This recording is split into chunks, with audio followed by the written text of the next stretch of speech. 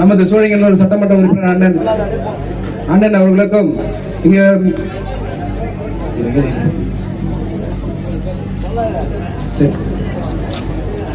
இங்க வந்து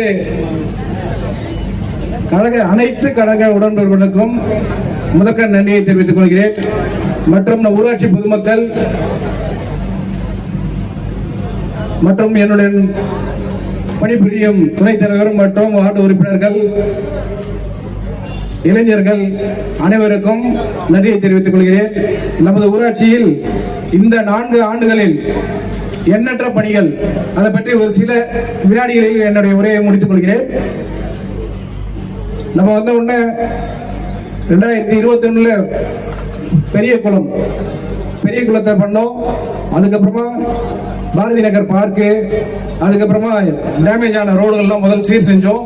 இன்னைக்கு நம்ம ஊராட்சியில் 386 சாலைகள் இருக்கு.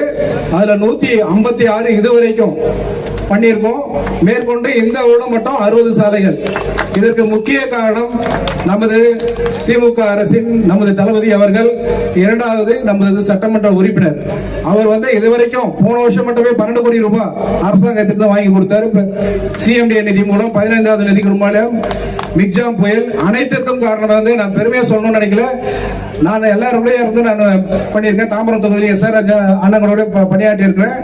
இந்த மாதிரி வளர்ச்சிக்கு காரணமே அரவிந்த் ரமேஷ் அண்ணன் தான். எனக்கு மட்டும் கிடையாது, எங்கள் ஊராட்சி 7 ஊராட்சிகளில் இருக்கிற எல்லா ஊராட்சிக்குமே நிறைய உதவிகள் பண்ணி எங்களுக்கு ஊக்கப்படுத்தி இன்னும் நிறைய பண்ணணும்னு சொல்லி பண்ணியிருக்காங்க. இரண்டாவது நமது தமிழச்சி தங்கபாண்டியன் எம்பி அவர்கள் நம்ம கேட்டதுன்னா உடனே 2 கோடி ரூபாய் கொடுத்து சத்திரம் ரெடி ஆயிட்டு இருக்கு. அதுக்கு நம்ம இன்னும் கொஞ்சம் ஏசி எல்லாம் போட்டு ஜென்செட் எல்லாம் வச்சு பிரைவேட் மண்டபம் மாதிரி நம்ம பண்ண போறோம். இதுக்கு நம்மளோட மக்கள் தான் எல்லாருக்குமே உங்களோட கூட்டு முயற்சின்றதை விட எனக்கு உரிய சப்போர்ட் மறக்க முடியாது. நீங்க நல்லா பண்ணிருக்கீங்க. அதற்காக மீண்டும் ஒரு முறை உங்கள் மக்கள் அனைவருக்கும் நன்றியை தெரிவித்துக் கொள்கிறேன். அதுவும் நமது மாவட்ட செயலாளர் நம்ம கேட்டதால உடனே ஹாஸ்பிட்டல், நம்ம ஊராட்சிக்கு ஹாஸ்பிட்டல் வரவே வராதுன்னு சொன்னாங்க. மேடவாக்கமும் பக்கத்துல மடம் பக்கத்துல இருக்கிறதால சொல்லியிருந்தாங்க. இப்போ 1,28,1,28,00,000 கொடுத்து நமக்கு ஹாஸ்பிட்டல் கொடுத்துருக்காங்க. அதுக்கும் மாவட்ட செயலாளருக்கு இன்னைக்கு வர முடியல. அவருக்கும் மிகுந்த நன்றியை சொல்லியிருக்கிறேன்.